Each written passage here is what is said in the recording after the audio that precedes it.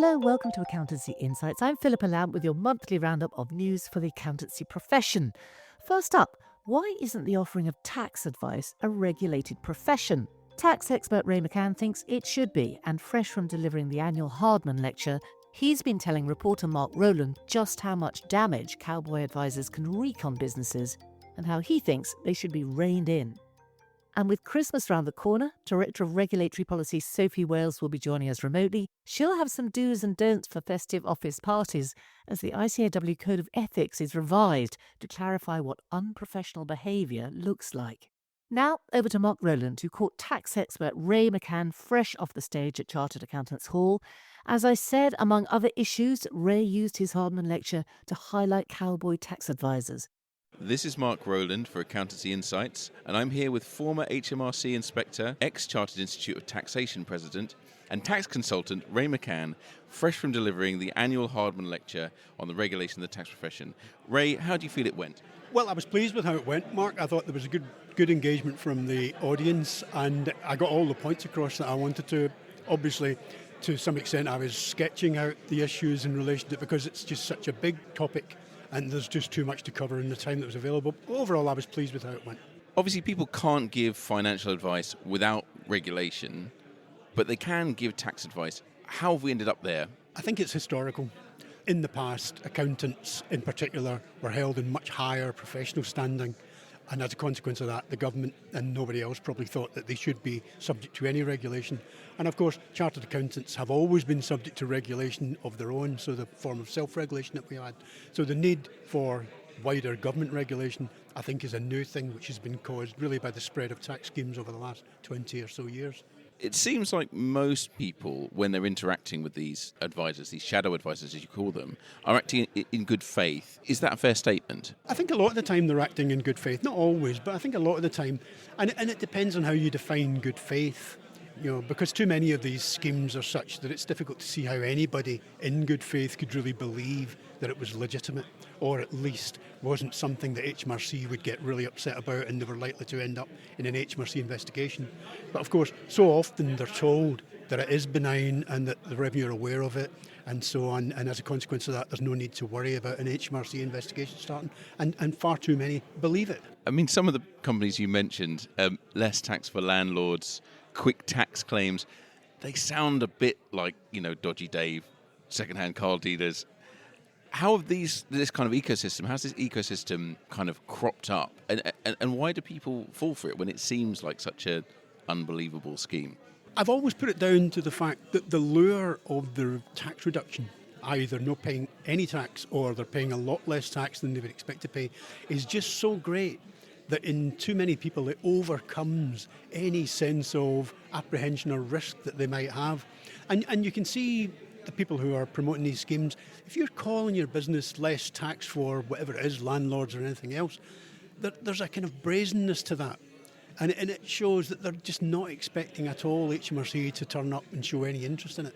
And I think it's come as much as a shock to them to suddenly find themselves on the front page of the financial press as anybody else. But that's where it's gone. And I think it's people who aren't chartered accountants, they aren't chartered tax advisors, they're just money people, they're just people who recognise an opportunity to monetise loopholes and so on that are within, or as they perceive as loopholes in the tax system on the basis of dubious advice. Do you think there's a sort of financial or a tax literacy problem here? People are kind of buying into these schemes that seem to us to be, fairly obviously a scam. Does that say something about the kind of education of the kind of public, of business owners? I mean, definitely. I mean, I've worked in tax for now almost 50 years.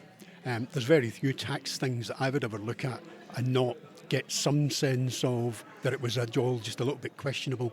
But if you actually look at it from the viewpoint of the ordinary businessman or the ordinary man in the street, they don't have 50 years of working in tax and seeing every conceivable type of tax scheme going. So to some extent, you can forgive them for not immediately seeing the risk. But there are things that have been sold over the last 10, 15 years that it is really hard, even looking at someone who doesn't have that knowledge and understanding how they didn't sense that there was something wrong about the arrangements that they were getting into. How often are people getting caught out by these schemes? Well, it's quite wide. I mean, it varies obviously depending on the scheme. I mean, as I understand it, so far as landlords are concerned, there are hundreds of landlords who are now concerned, and there have been several who've approached me, but because I'm not taking on client work these days, I'm passing them on to others who I trust who will help them. And that's just me, no doubt. Many other advisors are getting them. If you look at things like film schemes, there are tens of thousands of individuals caught up in investigations for film schemes.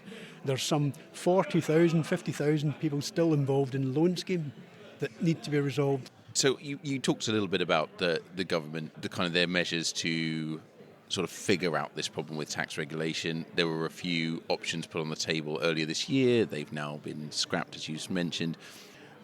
What do you think is the right answer? Is the government getting close to the right answer? Do you think there's a better option? What do you think?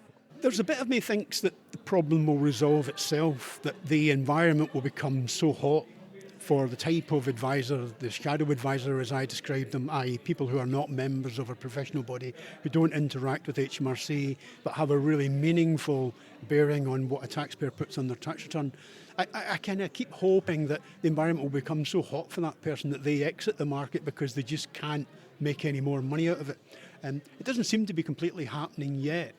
The ideal solution, or an ideal solution for me, is that everyone is a member of a regulated professional body. But that in itself won't resolve every issue.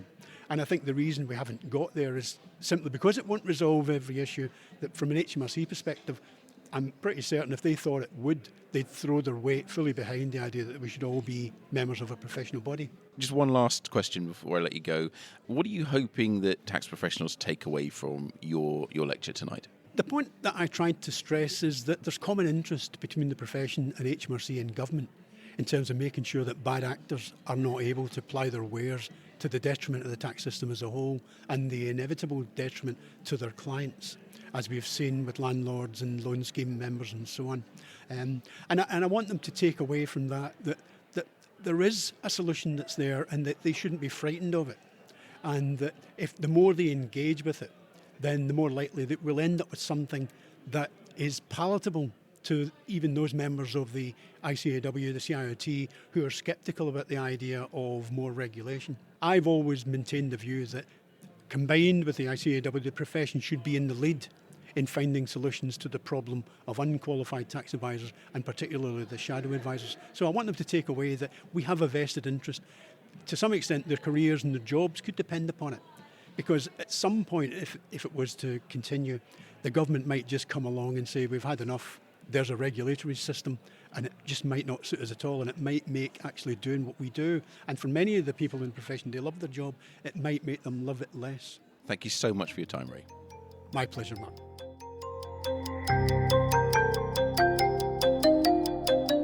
On to professional behaviour with Sophie Wales. Hi, Sophie. You've been working to update ICAEW's Code of Ethics, haven't you? Why now? So the current wording that we've got in the Code of Ethics talks about treating people with courtesy and consideration. But over recent years, there's been a bit of a debate within ICAEW about whether this wording is dated and whether it really captures the right kinds of conduct that we're concerned about. So what are you moving to? So the new wording that has been approved by ICAEW Council is some application wording that explains what we expect from members in this context. And it says that a reasonable and informed third party would expect that a professional accountant, so that's all members, in their professional life, treats others fairly, with respect and dignity, and, for example, doesn't bully, harass, victimise or unfairly discriminate against others. So as you say, it feels more contemporary, doesn't it? Absolutely. This is particularly relevant, isn't it, right now? People are heading off to office parties. I'm guessing these can be fraught with danger.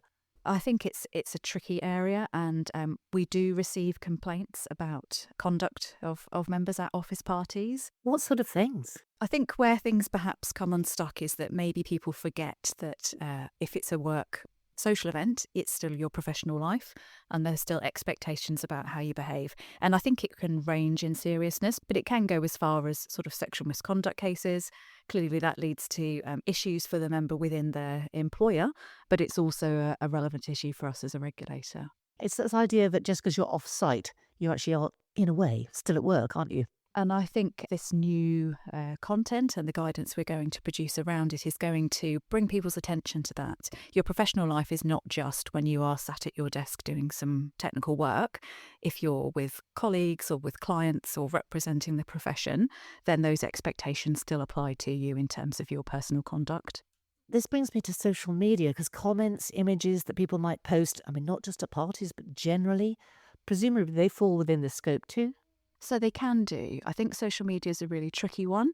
As you would expect, it is an area where we are starting to receive quite a few complaints about what members may do or say on social media. But I think it's really important that people bear in mind, if you're identifying yourself as a chartered accountant when you're making a post on social media, the expectations of your conduct are the same as if you were doing something as an in-person interaction. So really this new wording applies. But just because it's entirely in your personal life, you can still bring discredit to the profession. So you just have to think about what you're posting before you send it out there. It's a tricky grey area, that, isn't it, Sophie? Because when you put it in those terms, it can sound quite intrusive, work-life leeching right over your personal life. Yeah, and I think we have to get a right balance here, because this isn't about members not being entitled to a private life, because of course they are, and it's not about restricting freedom of speech, because that's really important. And I think there's probably two bars we have to think about. So when you are being a chartered accountant, when you are being a professional and can be identified as one, there's really quite high expectations of your conduct. If you're in your private life, you've got to do something quite serious before it brings discredit to the profession. But in a social media context, for example, if you post something seriously offensive or harassing or discriminatory, that it causes offence to that extent, then I think that is still relevant. But you would hope that members would not be making those kinds of posts in any event.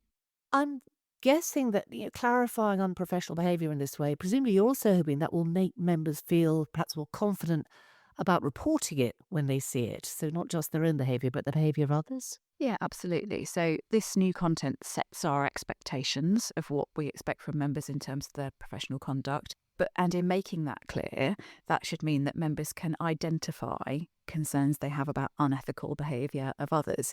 Because, as hopefully people are aware, the duty to report misconduct means that any member has a duty to report their own or other chartered accountants' conduct if they think it's sufficiently poor that it could be a disciplinary issue. So if we're talking about being reported, what happens if a chartered accountant is reported to the Institute? It's a very good question, and we do get, I think, over 1,000 complaints a year come in about all kinds of things. They get passed to our conduct department, which is made up of a fairly substantial team of experienced chartered accountants and other accountants who consider whether the conduct is such that it's sufficiently serious that it could be a disciplinary matter. Because as you'd expect, we do get all kinds of complaints about things that are not serious enough, because it has to be quite poor before you're looking at disciplinary issues, and everybody makes mistakes. So that initial assessment takes place to see, is it sufficiently serious, and is there evidence, or could it be evidenced, because we have to ensure a fair process. And if it is held to be a disciplinary matter, what happens then? So after it's been assessed, if it's concluded that it is potentially a disciplinary issue, an investigation starts, and we have investigation officers who conduct that investigation. They contact the member and any other sort of relevant parties and try and get to the bottom of what's happened and collect evidence to support it. And if at the end of that investigation the conclusion is that we still believe it's a potential disciplinary issue, it goes to the conduct committee, which is made up of chartered accountants and lay members, so that you've got all views there. And that independent committee makes a decision about whether they think there's a disciplinary case to answer, and if so, what the sanction should be. And the sanctions?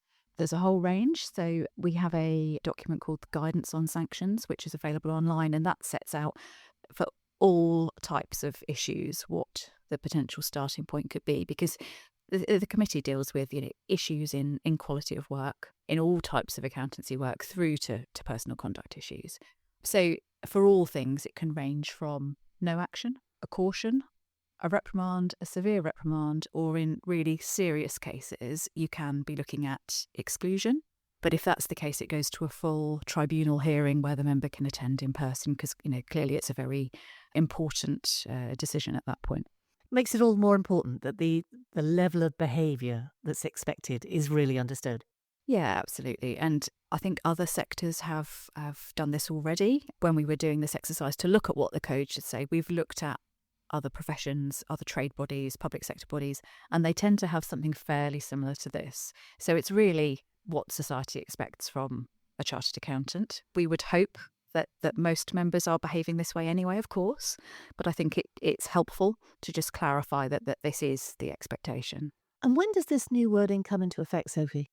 The Code of Ethics is being changed for a number of items to align us with the international code, and we're expecting that to happen springtime next year. But that doesn't mean that this Christmas party season isn't relevant, isn't in scope, because the code already has an overarching provision that all members must behave in a way that doesn't discredit the profession. So while this adds clarity, it doesn't change the position really in terms of how members should be behaving. Thanks, Sophie. I'm hoping we haven't put too much of a damper on everyone's office parties, but it is an important topic. Looping back to Mark's interview with Ray McCann, a reminder to tax specialist listeners that you can subscribe to our sister podcast, The Tax Track, as well as this series on any podcast app or indeed the ICAEW website. That's it for today. Later this month, Behind the Numbers will return to discuss how corporate sustainability reporting practices are changing. And remember to join us in the new year when our regular SWAT team of financial and political futurologists, Ian Wright, Francis Hark and David Williamson, will revisit the predictions they made for 2024 and, perhaps more enjoyably for them, reveal their predictions for 2025. Thanks for being with us.